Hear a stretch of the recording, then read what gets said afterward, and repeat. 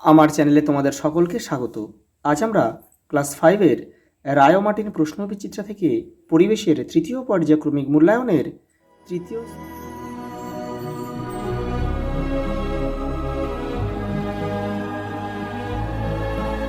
দেখো 3 নম্বর স্কুল দেখো, যারা আগের সেটগুলো দেখোনি তারা চ্যানেলের প্লেলিস্টে যাবে, ওখানে কিন্তু দেয়া রয়েছে। পশ্চিমবঙ্গের প্রধান খনিজ সম্পদ হচ্ছে কয়লা। জলবিদ্যুৎ কেন্দ্র আছে ভুটানের কাছে ঝালংয়ে, যেটা কিন্তু জলঢাকা নদীর উপরে গড়ে উঠেছে। প্রদত্ত কোনটি জলপথের পরিবহন মাধ্যম? এখানে হবে পানসি। এই পানসিটা হচ্ছে ছোটো ডিঙি নৌকা বিশেষ। পরিবেশ বান্ধব পরিবহন কোনটা? এখানে হচ্ছে পরিবেশ বান্ধব মানে যেটা চললে আর কি পরিবেশের দূষণ ছড়ায় না, এটা হবে সাইকেল। দেখো 2009 সালে ঝড় হয়েছিল, তার নাম হচ্ছে আইলা। আর আমফান হয়েছিল কিন্তু 2020-তে হয়েছিল আমফান। দেখো প্রথম টেলিস্কোপ আবিষ্কার করেন কে? Galileo Galilei. পরেরটা দেখো, পৃথিবীর চারপাশে এক পাক ঘুরতে চাঁদের সময় লাগে হচ্ছে 29 দিন 12 ঘন্টা। মুখ্য জোয়ারের মূল কারণ কি? মুখ্য জোয়ারের মূল কারণ হচ্ছে চাঁদের আকর্ষণ। পৃথিবীর আলো তাপ সবই আসে সূর্য থেকে। কত বছর বয়স পর্যন্ত লেখাপড়ায় বাধা দেওয়া বেআইনি? 14 বছর।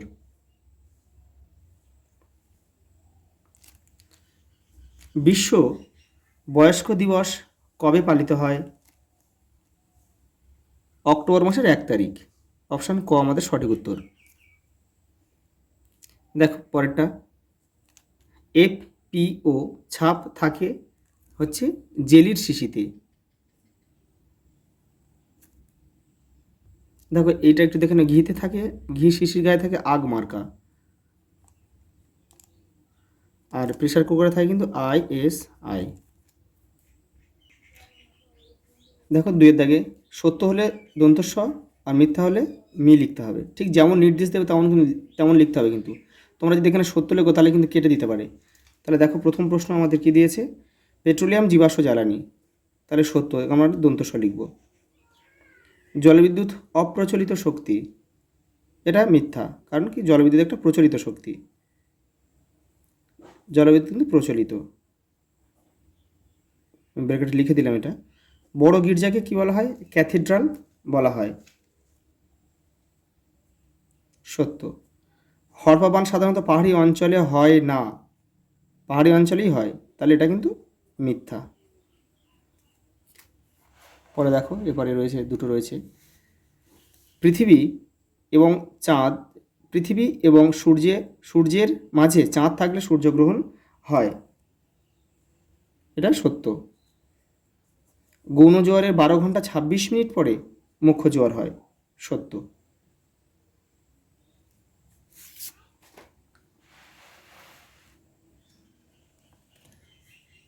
ধোঁয়ায় সালফারের অক্সাইড, নাইট্রোজেনের অক্সাইড আর ড্যাশ গ্যাস থাকে, এটা হবে কার্বনের অক্সাইড। তাহলে আমরা লিখতে পারি CO2 লিখলেও কিন্তু হয়ে যাবে, কার্বনের অক্সাইড। যা তোমরা যদি এটা লিখতে পারো CO2 লিখলেও কিন্তু হবে। দেখো রিক্সা কত সালে কলকাতায় আসে? 1900 সালে আসে। আর মানুষ বাওয়া শুরু হয়েছিল 1914 সাল থেকে। দেখো মার্কা হেলমেট পরা উচিত, ISI।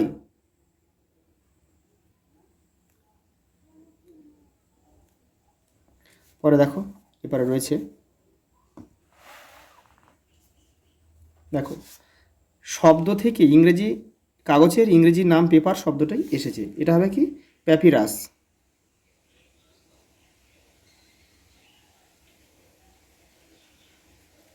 তারপরে দেখো চাঁদ পৃথিবী থেকে প্রায়, এটা হবে 4 লক্ষ কিলোমিটার দূরে। আমরা যদি না জাগি মা কেমনে সকাল হবে? এটা কবিতার লাইন দিয়েছে। দেখো একটা স্তম্ভ দিয়েছে, তোমরা কিন্তু কেউ তীর চিহ্ন দিয়ে মেলাবে না, যেহেতু অনেকগুলো রয়েছে। দুটো তিনটে থাকলে তীর চিহ্ন দেওয়া যায়, অনেকগুলো রয়েছে। তোমরা এখানে প্রশ্নের দাগ নাম্বারটা এবার উত্তরের পাশে বসিয়ে দেবে। দেখো রানীগঞ্জ কিন্তু একটা কয়লা খনি, যেটা পশ্চিম বর্ধমানে অবস্থিত। এখানে আমরা 4.1 লিখব। সৌরবিদ্যুৎ দেখো অপ্রচলিত শক্তির উদাহরণ, 4.2 লিখব। তারপরে রয়েছে সুমিকার লেভি, ধূমকেতু। সুনামি সামুদ্রিক জলোচ্ছ্বাস।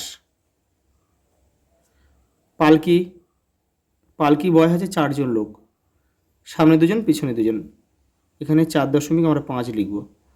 আর দেখো সমষ্টি উন্নয়ন আধিকারিক মানে বিডিও, ব্লক ডেভেলপমেন্ট অফিসার, এটা আমরা লিখব 4.6। 5 দাগে দেখো প্রচলিত শক্তি বলতে কী বোঝো। দেখো যে শক্তি মানুষ দীর্ঘদিন ধরে ব্যবহার করে আসছে সেটাই হচ্ছে প্রচলিত শক্তি, যেমন কয়লা, খনিজ তেল, প্রাকৃতিক গ্যাস। আগেকার সময়ের 2টি পরিবহনের নাম লেখো। পালকি,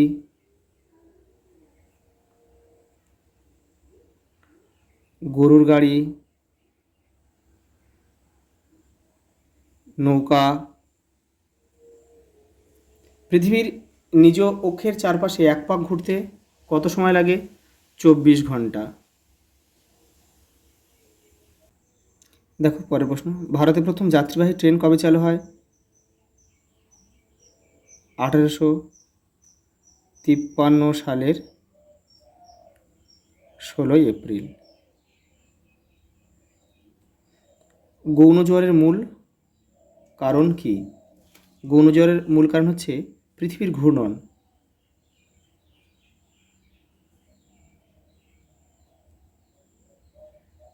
ঘূর্ণন। সূর্য কি? একটি নক্ষত্র।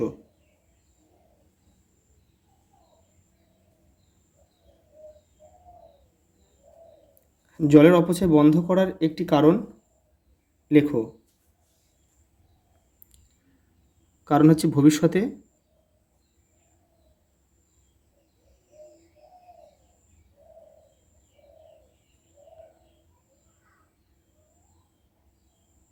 জলের যোগান পাওয়া যাবে।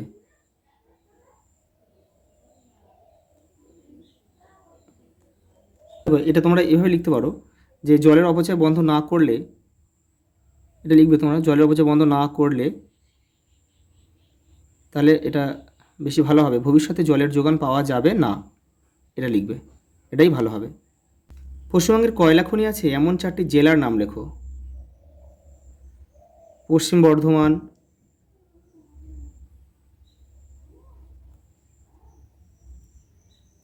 বাঁকুড়া,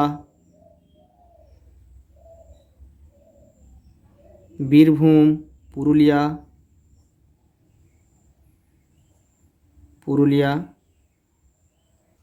যানবাহনের দ্বারা আমাদের পরিবেশ কিভাবে দূষিত হয়?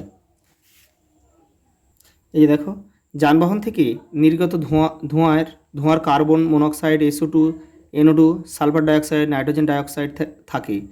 এই গ্যাসগুলি বাতাসের অক্সিজেনের মাত্রা কমিয়ে দেয় এবং বায়ু দূষণ ঘটায়। এর ফলে মানুষের শ্বাসকষ্ট, ফুসফুসের রোগ এবং চোখের সমস্যা দেখা দেয়। দেখো পেট্রোলিয়াম থেকে আমরা কি কি পাই? 134 নম্বর পেজে রয়েছে তোমাদের বইয়ের। দেখো পেট্রোলিয়াম থেকে পেট্রোল, ডিজেল, কেরোসিন পাওয়া যায়। চন্দ্রগ্রহণ বলতে কি বোঝায়? সূর্য এবং চাঁদের মাঝে যখন পৃথিবী এক সরলরেখায় চলে আসে তখন পৃথিবীর ছায়া চাঁদের উপর পড়ে। এর ফলে চাঁদ সাময়িকভাবে ঢাকা পড়ে যায় এবং চাঁদকে দেখা যায় না। এই মহাজাগতিক ঘটনাকে চন্দ্রগ্রহণ বলে। উপভোক্তা ফোরাম দ্বারা আমরা কিভাবে উপকৃত হব? 182 নম্বর পেজে রয়েছে। দেখো এই যে এখান থেকে তোমরা এই পর্যন্ত লিখবে। কয়লার ধোঁয়া থেকে কিভাবে ক্ষতি হয়? 132 নম্বর পেজে রয়েছে তোমাদের বইয়ের। এই যে এখান থেকে এটা লিখবে। পরেরটা জলচক্র কি? তোমাদের বইয়ের 136 নম্বর পেজে রয়েছে। এই যে এটা লিখবে। সামাজিক পরিবেশকে সুস্থ রাখার 3টি উপায় লেখো। তোমাদের বইয়ের 153 নম্বর পেজের এইখান থেকে তোমরা লিখবে, এই যে এইখান থেকে এই পর্যন্ত লিখবে।